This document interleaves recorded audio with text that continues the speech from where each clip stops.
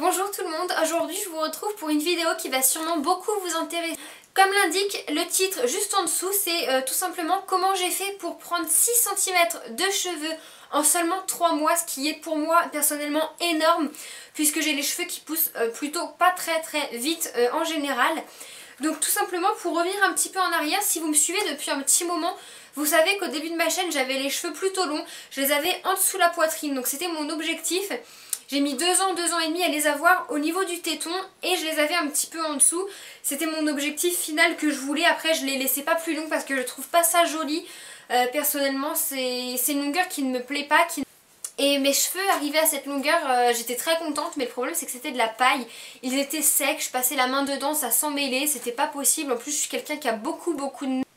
J'ai mis 2 ans et demi à avoir cette longueur, à stagner, à avoir les cheveux longs et je m'en suis lassée. Arrivée à ma longueur, j'avais envie d'un carré. En même temps que sa nanasse se les est coupés et donc je me les suis coupés. J'ai fait la même coupe qu'elle, la même longueur. Et donc c'était le 20 septembre. Donc je suis passée de 70 cm à 49, donc c'est énorme. J'ai perdu 20 cm, 21 pour être précis. 21 cm pour moi c'était juste énorme et j'ai pas du tout regretté puisque mes cheveux se sont retrouvés en meilleure santé, sains, et ils ont repoussé sains et c'est vraiment super. Parce qu'en fait mes cheveux repoussaient, mais au lieu d'avoir ça de fourche d'abîmé, ça remontait et du coup j'avais tout ça de fourche et non c'était juste pas possible. On pouvait même plus me caresser les cheveux tellement c'était fourchu. Et donc en allant chez le coiffeur pour éviter et espacer les couleurs le maximum, voilà, je faisais des mèches blondes tous les mois. Et pour arrêter d'agresser mes cheveux en supplément avec la couleur, sachant que j'utilise pas mal de chaleur, je me suis fait un ombre air, donc que j'ai toujours. Donc le ombre air en fait il était beaucoup plus remonté à la base. C'est tout le bas blond et le dessus ma couleur naturelle, donc qu'on m'a teint en châtain. Et là en fait il y a une petite différence de couleur qui se voit pas beaucoup à la caméra. Mais voilà, pour l'instant ça me convient. Et donc qu'ai-je fait pour obtenir 6 cm en seulement 3 mois? Et bien tout simplement j'ai coupé les pointes et je n'ai rien fait d'autre. J'ai coupé les pointes, la nature a fait le reste, j'ai arrêté les couleurs, la chaleur un maximum et ça a poussé tout seul. Et je me dis qu'en 2 ans et demi, je me suis amusée à faire des soins pas possibles, des bains d'huile, du lait de coco, de l'huile de ricin qui m'a pris du temps, qui m'a coûté de l'argent.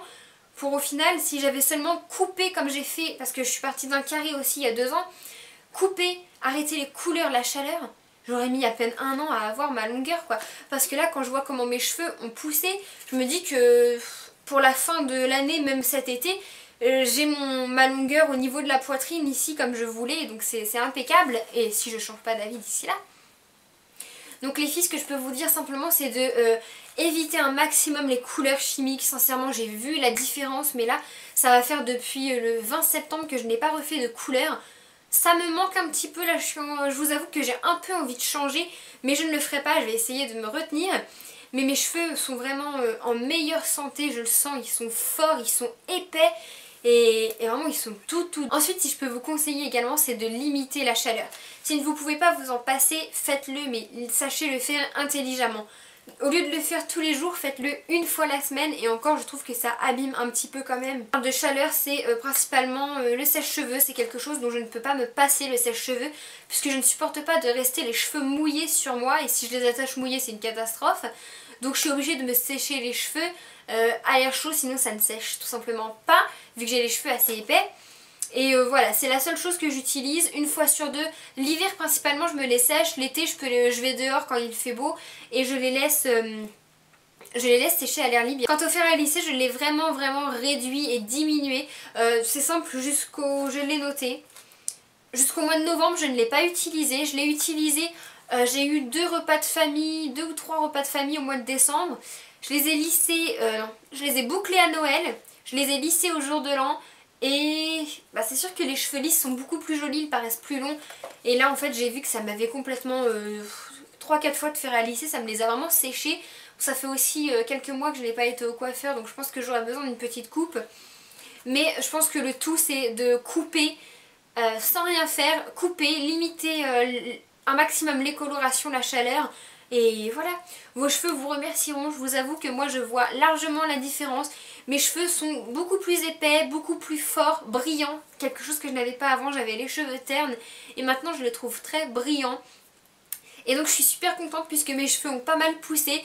J'essaierai de vous cadrer quelques photos pour que vous voyez la différence, mais moi je la vois beaucoup. En photo ça se voit pas, mais même mes proches me l'ont beaucoup dit, mais qu'est-ce que t'as fait à tes cheveux? Ils ont poussé en un temps record. J'ai une photo où on a fait l'anniversaire à ma soeur au mois de novembre, et quand je les vois maintenant, mais ils ont poussé. Et donc je suis super contente parce que voilà, en ne rien faisant, ça ne se dit pas, mais en ne touchant pas à mes cheveux, ils ont poussé. Et donc je me dis que si je rajoutais quelques soins là sur mes cheveux, donc par exemple du lait de coco, de l'huile de ricin, peut-être pousserait-il 2 fois plus vite, mais j'ai vraiment pas envie de m'embêter, j'ai la flemme. Je pense à une petite cure, là je suis en train d'en tester une, donc je vous dirai des nouvelles. J'ai également oublié de préciser qu'il faut surtout arrêter de faire une fixette sur ses cheveux et d'y penser. Si on est tout le temps comme ça à se dire il faut que mes cheveux poussent, il faut que mes cheveux poussent, ils ne pousseront pas, j'ai l'impression. Moi je vous avoue que quand j'ai fait ma cure là pendant 2 ans, j'étais tous les mois à les mesurer pour voir la différence et tout. Et là je les ai quasiment pas mesurés et ils ont poussé, je m'en rends compte. C'est comme les femmes enceintes, celles qui pensent tout le temps je veux tomber enceinte, n'y arrivent pas. Et celles qui n'y pensent pas y arrivent, voilà. Voilà les filles, j'espère que cette vidéo vous aura plu. C'est un petit peu bête et un petit peu court, mais je voulais vraiment vous la faire pour vous prouver que on peut y arriver tout simplement en laissant la nature faire et en laissant ses cheveux de côté.